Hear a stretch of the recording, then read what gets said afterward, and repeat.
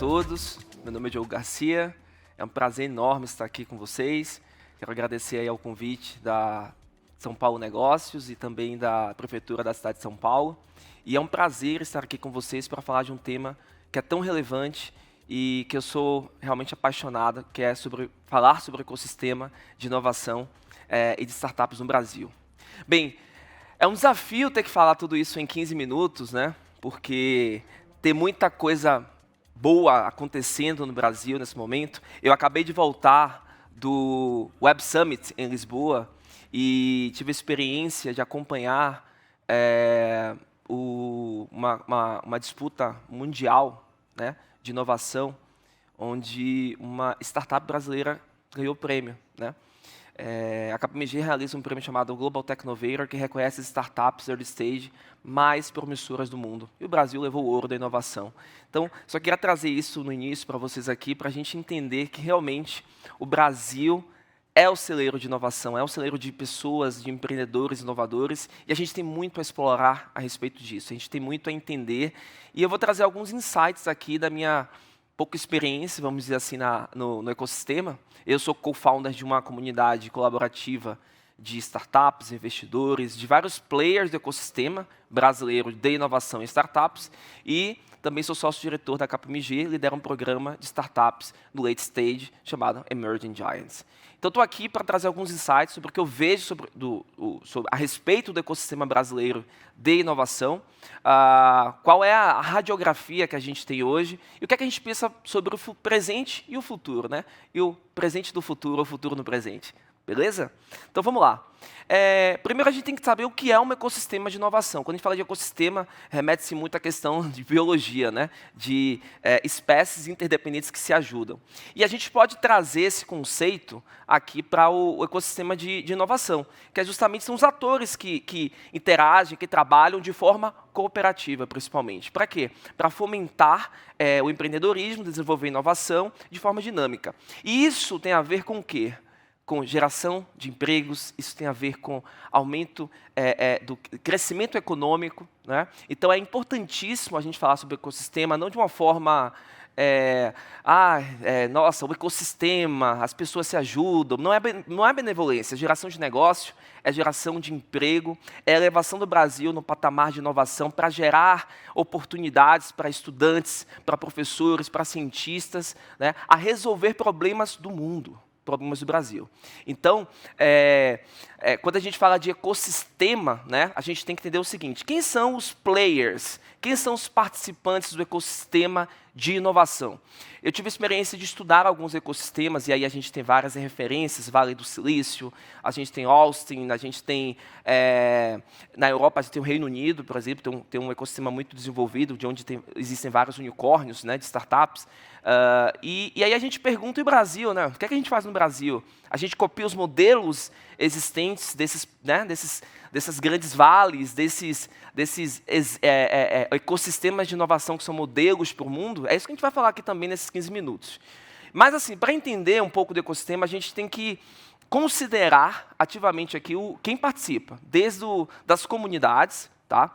São comunidades de empreendedores, comunidades de programadores, comunidades de investidores, comunidades de corporate ventures, né, comunidades de empresas que se conectam com startups. As startups, né, no Brasil a gente tem mais de, se eu não me engano, sempre tem um número novo, mas mais de 14 mil startups. Esse número tende a crescer em que pese todo o contexto de pandemia. E aí eu vou trazer alguns números aqui para vocês entenderem. As startups, de fato, no mundo incerto, que é onde elas surgem, né, e esse momento de pandemia foi um contexto completamente incerto. Como as startups conseguiram se posicionar, resolvendo problemas e muito mais, né? Recebendo investimento, que é muito bacana e faz parte da construção e desenvolvimento de um ecossistema de inovação. Instituições de ensino, então a gente vai, né, as universidades têm um papel muito importante, não só a universidade, mas os cursos técnicos também no Brasil, a gente precisa de técnicos, a gente precisa de conectar a universidade com, efetivamente, negócios, com incubadoras, com investidores. As aceleradoras, centros de inovação, coworking, hotel tecnológico, né, que a gente chama de habitat. Então, isso é importante porque é um momento ali, no Vale do Silício, fala muito de meetup, de encontros, enfim. Então, esses espaços espaços são importantes para que essas pessoas se conectem, né, e gerem negócios, né, pessoas que têm interesses em comum, e esses habitats, eles promovem isso, eles reforçam isso. Mentores, né? Então, eu sempre falo sobre a questão do mentor que dá o give back, né? Você participa daquele ecossistema, você usufruiu daquele, de alguma forma, teve uma jornada de crescimento, e você quer dar o give back, você quer trazer algo em troca. Então, você tem os mentores que contribuem muito, principalmente com os erros, né? Tem uma coisa que a gente, eu, né, em todas as minhas iniciativas, eu sempre quero ouvir os erros, né? Porque a gente normalmente ouve os acertos, a gente só ouve o que deu certo. E o que não deu certo para a gente poder, né, não incorrer naquele mesmo erro. Instituições de apoio, fomento, pesquisa, governo é super importante. Não existe você trabalhar com o ecossistema sem se conectar com o poder público. Israel é um bom exemplo disso, né? E essa questão da burocracia, no Brasil a gente tem o marco legal das startups que facilita muito, principalmente a conexão de startups com o governo. Então, a gente precisa também ter o apoio da área pública com relação a várias questões, né? Desde infraestrutura até efetivamente impostos, enfim. Prestador de serviços, grandes empresas, investidores anjos. Então, isso aqui é da Adriana Vieira, que fez um estudo, né, muito bacana sobre esse framework, né, sobre o que seria um ecossistema de inovação. Então, quando a gente quando alguém comentar sobre ecossistema de inovação e startups, a gente tem que sempre considerar essa interdependência e essa conexão desses diversos players, né? E aí tem uma coisa muito importante que é o seguinte: nada adianta a gente ter um ecossistema com players, com empresas engajadas, com o setor público, né, conectado, startups ali, capital, né, os investidores, que eu falei ali, investidor anjo, mas a gente tem os VCs, os venture capitals. Se a gente não tem uma cultura de relacionamento, confiança, colaboração e fluxo. E vou falar muito sobre isso aqui, tá bom? Então, é sobre mindset, é sobre colaboração. Não é sobre apenas você ter esses agentes. E aí, só para ter uma ideia aqui sobre a evolução do ecossistema de inovação no Brasil, rapidamente aqui, dos anos 60 e 70 até os anos 2010, a gente vai desde uma cultura, né, de criação de P&D, então a inovação estava muito focada em centros de pesquisa e desenvolvimento das grandes empresas, né? Aí surgiram algumas instituições de fomento e inovação, enfim, como eu tenho pouco tempo, não vou conseguir citar todas, mas elas sabem, e o mais importante aqui é a gente falar sobre como potencializar esse ambiente de negócio e inovação, porque existem muitos institutos e muitos hubs de inovação que fazem um trabalho seríssimo no Brasil, e a gente não está faltando, a gente precisa dar uma potencializada, né? Anos 80, grandes empresas de software, as incubadoras começam a surgir. Anos 90, a gente começa a ter o empreendedorismo dentro da academia, ou seja, as pessoas começam a falar sobre o empreendedorismo. Eu estudei administração, por exemplo, e comecei a ver ali algumas disciplinas, né, voltadas a empreendedorismo, que é algo que realmente sustenta o Brasil, né? As pequenas e médias empresas, elas geram a maior parte dos empregos, né? Então, empreendedorismo, principalmente de oportunidade, é algo muito importante no Brasil. Agora, considerável, a gente precisa falar de empreendedorismo inovador, né? A gente precisa falar de empreendedorismo de oportunidade, né? Que fomenta a inovação, que não é apenas para a sobrevivência do empreendedor, e sim também para aumentar o patamar de inovação e você ter soluções inovadoras e, por que não, disruptivas, e criar mercados, e criar um novo nicho de clientes, né? Anos 2000, aí a gente começa a ter... aí tem, obviamente, né, o centro de P&D, o boom das incubadoras. Depois, nos anos 2000, começaram os fundos de seed, capital semente, investindo em startups. Aí as startups começam a se configurar e a ser realidade no Brasil também. Primeiros casos de inovação aberta, ou seja, as empresas começam a se conectar com outras empresas, principalmente startups, para prover soluções inovadoras, né, para os seus entornos, para os seus clientes, para os seus parceiros. Parques tecnológicos que têm um papel fundamental, né, para o fomento da inovação. Então, a gente tem vários parques aqui no Brasil, de norte a sul. E a partir dos anos 2000, a gente vê um boom das startups, né, principalmente em função do aumento de capital de VCs, né, aceleradoras, investidores anjos, hubs de inovação e comunidades de startups. Então, o que eu quis mostrar aqui é que houve já uma evolução. Nosso ecossistema de inovação e a gente sempre vai se comparar com outros países, ele de fato teve uma evolução e a gente está num momento muito, muito bom. Por quê? Porque existem vários mapeamentos de ecossistemas de inovação, né, no Brasil inteiro, e a gente pode tomar proveito de dados. Então, existem instituições muito sérias fazendo esses estudos. E a gente começa a perceber, né, que, de fato, existe um ecossistema muito dinâmico, né, de norte a sul. Né? Aqui tem o ecossistema de inovação do Pará, por exemplo, e a gente tem que olhar também para fora um pouco de São Paulo, porque São Paulo concentra tudo isso. E o que é importante também é considerar o seguinte: no Global, no Startup Genome, por exemplo, né, São Paulo aparece ali entre os 30 primeiros cidades do mundo mais com potencial de ecossistema de inovação mais promissores. Tá? Mas a gente precisa um pouco pensar nos pontos cegos e distribuir um pouco esse capital, principalmente, porque o capital também ele define muito a dinâmica do ecossistema de inovação. Então, São Paulo concentra boa parte dos fundos de venture capital, as startups, os fundadores de startups, os headquarters das organizações. Então, obviamente, isso faz com que São Paulo seja um dos polos de inovação mais importantes do mundo. Mas a gente precisa pensar, por exemplo, em outros ecossistemas, Curitiba, Recife, e por que não outras regiões do Brasil também, que têm, né, construído aí ecossistemas muito fortes. Né? Eu sou baiano, né, tenho que puxar a sardinha aqui para a Bahia, o Vale do Dendê lá, crescendo, tem um Rapadura Valley também no Ceará, enfim. Então, o que a gente precisa entender também é que esse ecossistema ele precisa não só estar bem conectado, ter a cultura de colaboração, como também distribuir um pouco, né, esse capital, né, e esses esforços. Só para vocês entenderem, até desse ano, né, 2021, até metade do ano, o Brasil já recebeu investimentos, né, de venture capital 45% maior do que 2020.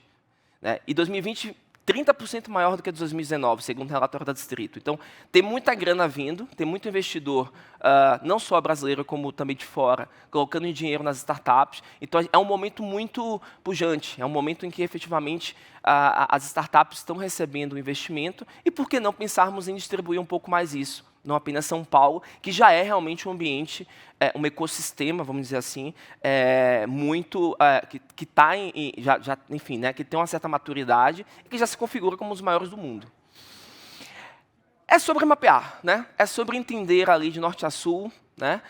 Do Arroio ao Chuí, do norte até o sul do país, da cidade mais ao norte e da cidade mais ao sul. O que está acontecendo de fato em termos de ecossistema? Eu, como curioso, sempre quero saber o que foge dos meus pontos, né, o que foge dos algoritmos, dos dados também, para que a gente possa.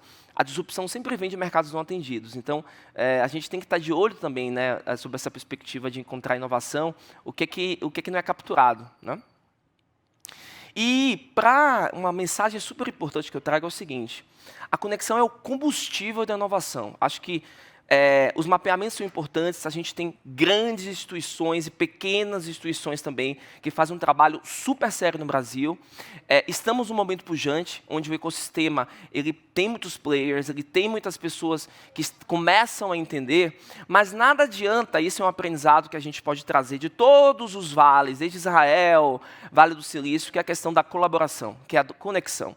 E aí, aqui é um mapa que a NPI fez muito bacana, que traz justamente a relação entre empresas, startups, governo. Depois vocês podem pesquisar no estudo do NPI, muito bacana.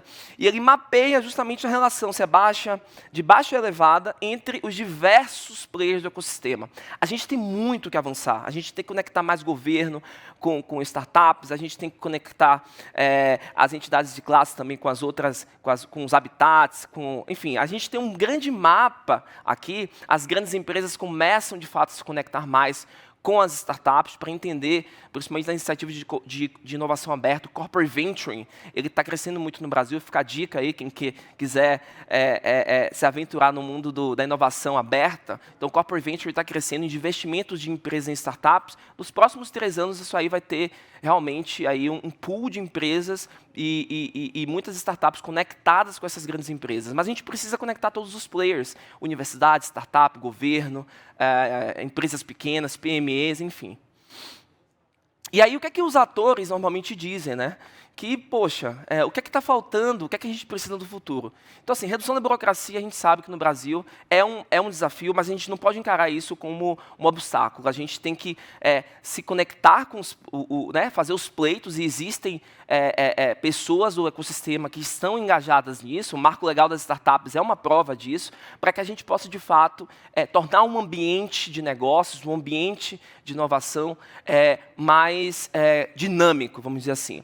Aí tem, por exemplo, construção intersetorial, então é aquela questão da colaboração mesmo, né? Então a gente precisa estar junto para, de fato, a gente conseguir mais. Então não é sobre competição, é sobre coopetição, cooperar, né? A gente precisa de mais cooperação e não enxergar o teu concorrente como alguém que vai acabar com o teu mercado. Enxergar o teu concorrente como alguém que pode cooperar também para que todos ganhem mais mercado. Então, para vocês entenderem como a colaboração é importante para o desenvolvimento de qualquer ecossistema. E isso, se você perguntar para qualquer ecossistema avançado do mundo, eles vão falar sobre os VCs, vão falar sobre o capital, o governo, mas esse elemento é o que é comum a todos, é colaboração. E dessa forma, eu quero finalizar aqui minha rápida apresentação. Tem uma frase que eu sempre uso, da Margaret Mead, que eu acho que é perfeito, que é o seguinte: nunca duvide que um pequeno grupo de pessoas conscientes e engajadas possa mudar o mundo. De fato, sempre foi assim que o mundo mudou. Então, às vezes, a gente se sente, não, mas o meu ecossistema, minha comunidade é pequena, eu estou lá em Sergipe, eu estou no Mato Grosso do Sul e tudo mais. Não. A gente tem que entender que, se você se conecta com o outro, se você, de fato, tem um tipo de pesquisa científica que pode se tornar uma empresa, se conecte, procure. Né? Hoje existem vários, não vou puxar a sardinha para ninguém aqui, mas existem vários institutos, hubs, coworks, onde você pode se conectar e, de fato, trazer a sua ideia e fazer com que sua ideia se transforme num negócio. E contribuir para que isso, né, esse ecossistema ele fique dinâmico, ele se reconstrua, ele se, de fato, a gente tem um replenishment, né? Novos players, novas pessoas, enfim. E aí eu finalizo aqui o meu rápido pitch, né, com algo que é o meu propósito e que se materializou em uma comunidade chamada Confraria do Empreendedor. Convido todos a conhecerem. E a gente está calcado em 3 pilares: para a construção de ecossistema de inovação que seja efetivamente eficiente, rápido e que de fato funcione. Você vai precisar de colaboração, você vai precisar de compartilhamento, você vai precisar de conexões, enfim.